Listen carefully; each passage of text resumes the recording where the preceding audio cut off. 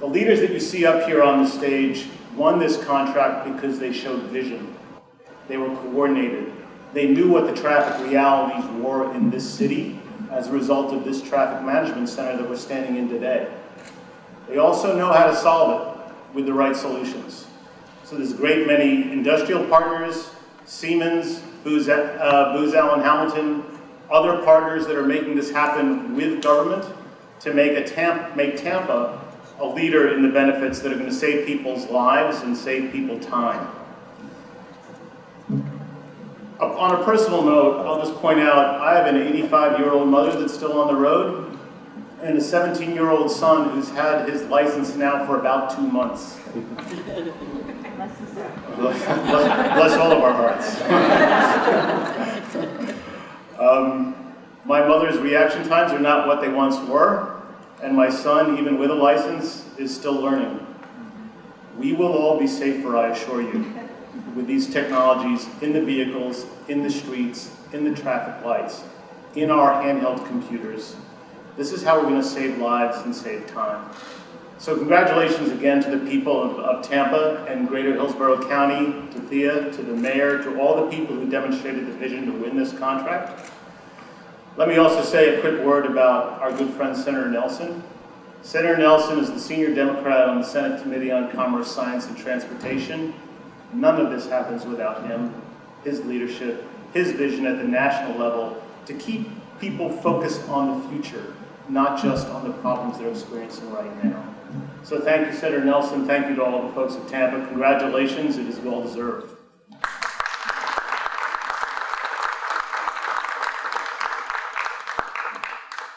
I'm State Senator Jeff Brandis, and I have the privilege of chairing the Senate Transportation Committee. We began working on autonomous vehicle technology about four years ago, back in 2011, right after I watched a TED Talk with Sebastian Thrun talking about autonomous vehicle technology and how his team had won the DARPA Grand Challenges. And what we talked about was the amount of lives that we were going to save. And as a chairman of committee, the number one thing that comes up in transportation is to talk about safety. But then he also talked about how we were going to, this technology was going to allow us to ease congestion on our roads by adding capacity, because it's not my lead foot pressing the pedal, it's the computer knowing and the algorithms knowing how this technology can best utilize the roads and infrastructure. And then it talked about energy savings and thinking about how much more fuel efficient vehicles will be in the future. And to me, that's the most exciting part of this technology. It's the combination, it's really the holy grail of technology for transportation. The ability to add safety with fuel efficiency, with ease congestion, and add that to the emerging technologies of Uber and Lyft and on-demand transportation, and we can really begin to see the future of where this technology will go. Representative Young and I, a few years ago, got into a car up in Tallahassee with, powered by Google's technology, and it was this clandestinely put together Toyota Prius. And without a driver in it, it drove us around the city of Tallahassee. And that was just 4 short years ago. And it was driving 35, 45 miles an hour. This summer I was out in Sonoma Valley with Audi and got to take an Audi A7 around the track at Sonoma, going 120 miles an hour around the track with no driver. And that to me shows you how far this technology has gone. It went from this clandestinely put together Google car to an Audi A7 that looked like an Audi A7, that felt like an Audi A7, that didn't look like anything was bolted on. It was all hidden within the car systems itself. And we went from a Toyota Prius whose entire trunk was taken up by computers to an Audi that was running the same series of software on a deck the size of an iPad. That's where we're going. And to me, it's safety, it's the fuel economy, it's the road, it's the ability to add capacity to existing infrastructure, but we're emerging into it. And Tampa is going to lead the way, and Tampa Bay is going to lead the way. And to me, that is the most important thing we can focus on, is all of these things are coming to play. Just as Henry Ford created the system that allowed automobiles to go to the masses, autonomous vehicle technology will be as big of a deal as the Model T and more. So with that, God bless you. Thank you so much, Senator. Thank you so much for what you've done. in helping bring this to Florida. And now I'll turn it over to, I think, Joe, thank you.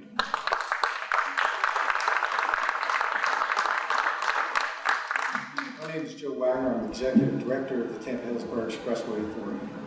And I don't know if I can compare it to riding in an A7 without a driver going 120 miles an hour. But right now, the tune, I'm so excited by the Pointer Sisters, just keep rolling through that. Thank you, Senator Brandis. If not for you, we wouldn't be here today. When you first talked about automated vehicles, I wasn't sure if you were a visionary or if you were just seeing things. Then I did a little research and realized that you were onto something big. So we went to our board 2.5 years ago to initiate our autonomous vehicle efforts in a contract with Qatar. At that point, I think some of the board was wondering if people would think we were onto something big or if we were simply on something. But the board supported that initial effort, and here we are today. DIA got into the game because we see the potential benefits and because we see an opportunity for Florida and Tampa Bay to become leaders in the field. The tools are here. We have Qatar, the Center for Urban Transportation Research at USF, right in our own backyard. Qatar can assess policy and legislative issues and provide advice. Qatar is on the team that we've assembled. We know how to work collaboratively, and we have great partners here in Tampa Bay. This room is an example of a public partnership with the City of Tampa. This is where the city manages their traffic operations. This is also where they manage the reversing of our express lanes for the Tampa-Hillsborough Expressway Authority. The City of Tampa is on the team. Tampa is also a great environment for business. We provide opportunities to make a home for new technology companies and to grow those who are already here.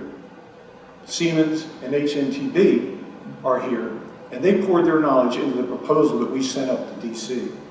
They have made a commitment to bring their best players to the table and to move this award from concept to action.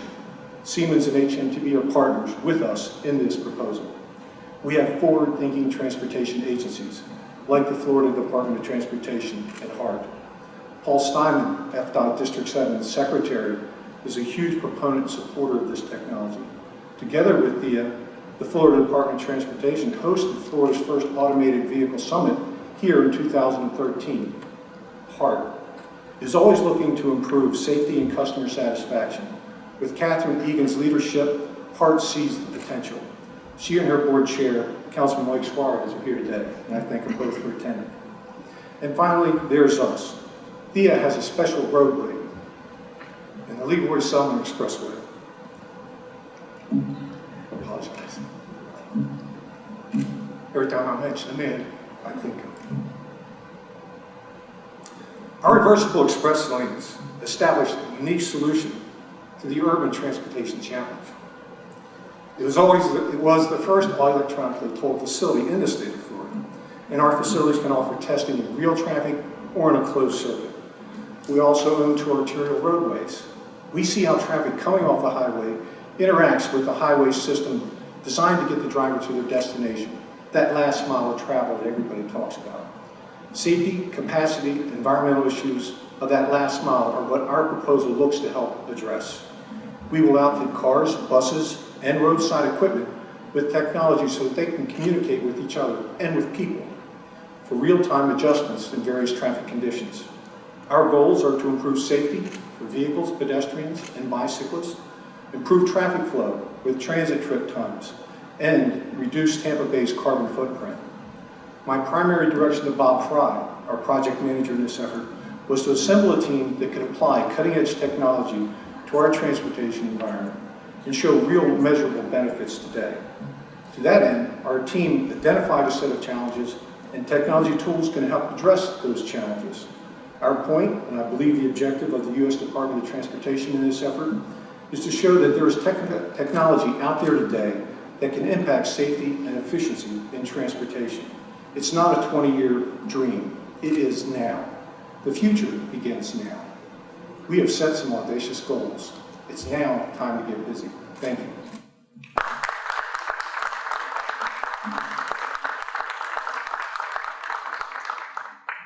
As like Secretary Rogoff is the father of a 14-year-old daughter who is eagerly anticipating getting her driver's license, which I'm sure she will at the age of 30. This is exciting news for us. You know, this is a community that was just named as the best city in the Southeast United States. And one of the reasons that occurred is because of the team that you see behind me. From Senator Brandis to Majority Leader Danny Young to soon-to-be Minority Leader Representative Cruz and Ed Moraine. This is a community that fights for its beliefs and fights for the opportunity to improve each and every day. I will tell you in no uncertain terms that this community is a better place because of this administration. President Obama and Secretary Rogoff, Secretary Fox, and our longtime friend Senator Nelson have been fighting in Washington, D.C. for us for a long time. And I can tell you in no uncertain terms, whether it was the I-4 connector that opened up the Port of Tampa so that you can move from the Port of Tampa to the state of Maine without a single traffic light, taking all of those trucks out of Ybor City and making us more competitive as we look at speed to market. Whether it was the Tiger Grant that this administration and Secretary Rogoff approved so that we could finish the Tampa Riverwalk that has now become a destination. 6 mayors, 40 years in the making. It has changed the face of our urban environment and will continue to infuse private capital as we see more and more development occur there. This administration, Secretary Fox, Secretary Rogoff, Senator Nelson have absolutely been critical as we move to that next chapter of our existence. It's not just about more transportation options, it's about smarter transportation options. And what we are seeing here with this team will allow Thea and this community to be a better place. And when the Secretary talked about quality of life, that's a real number. That's a quantifiable number. If you look at the time value of money, that's a real number. If you look at the hours that you spend in traffic that you are not with your family, that is a real number. This community will be a better place because of this grant, and I can tell you that just as we have been eternally grateful for every opportunity to work with President Obama and his staff and Senator Nelson, I stand here before you as the mayor of a city that, once again, Secretary, is grateful for your belief in us and our capacity to be that great city that we all know we can be. So thank you to all of you that participated in this. Senator Nelson, as always, thank you for being Tampa's champion in the United States Senate, and we look forward to great things, and I look forward to my daughter not driving 120 miles an hour without a driver, Senator Brandis. My mother always said that I had far more courage than brains. I think you just beat me.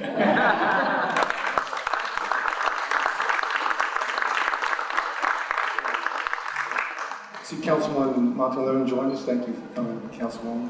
I'd like to take a moment to recognize Thea's board members. Here this morning is Ms. Rebecca Smith, and of course Mayor Buckhorn also sits on our board. District 7 Secretary Paul Steinman, Commissioner Miller, Mr. Vince Cassidy, Mr. John Garcia, and Mr. Coda Stokes couldn't be here today. I and the staff of Thea thank our board for their guidance and support.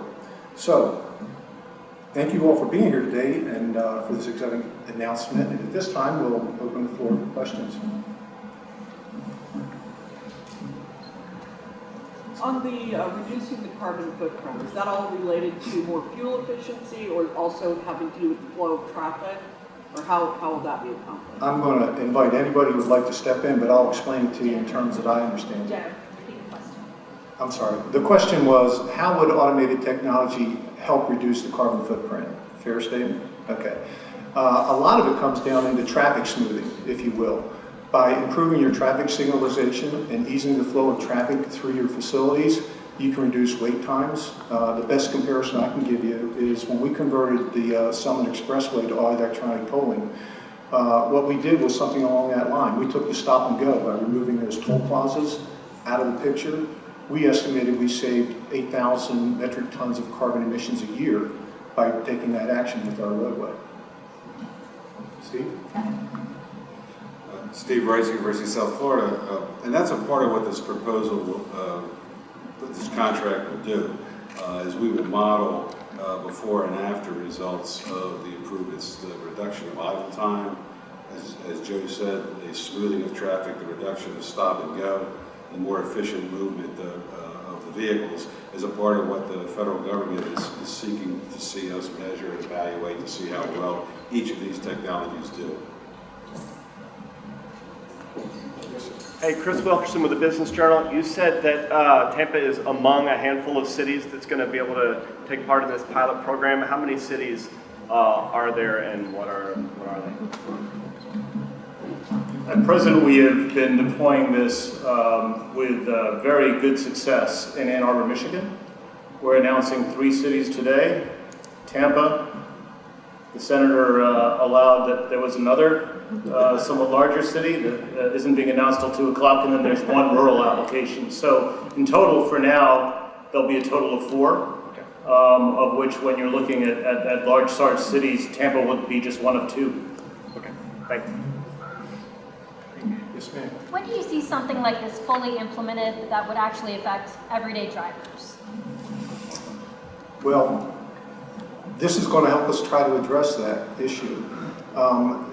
Some people say, full automated benefits are 20, 30 years away. The point that we make in our proposal is that there are new technologies out there today that can make a difference today. So we need to start moving now, don't wait. How long it takes for the technology to penetrate enough of the automotive fleet is a question of how often cars get recycled. But it's also a question of, can you retrofit those vehicles with information technologies? It's not just about the automated vehicle. When we say autonomous technologies, it's really a number of parts. The automated vehicle is simply technology in a car that tries to replicate what a driver would do in making decisions. You really achieve maximum benefits when you connect that car, allow that car to talk to another car. And our side is when you start putting technology in the road that can listen to the vehicles, know where they are in time, and communicate back and forth. Then you can do things like Senator Nelson brought up, where the cars can see around the corner. They can see ahead of that truck that you can't see, maybe an accident just occurred, and help you take action to slow yourself down before you become part of the accident. So those true, fully autonomous benefits, they can be 30 years away. But we believe the benefits we're talking about can be put out there today, and that's what our effort's going to try and test. Yes, ma'am. When you were talking about the Expressway, you mentioned that it would allow us to test in a closed system or in real traffic. So when can we expect to see cars like this on the Expressway in real traffic? Well, we have some elements that our proposal that will be demonstrations of that kind of technology. But really what we're talking about, you saw when Audi came here with, I think was it an A5, Bob? A7. That they tested in real time? A7. A7 was the A7, not the one that goes 120 miles an hour.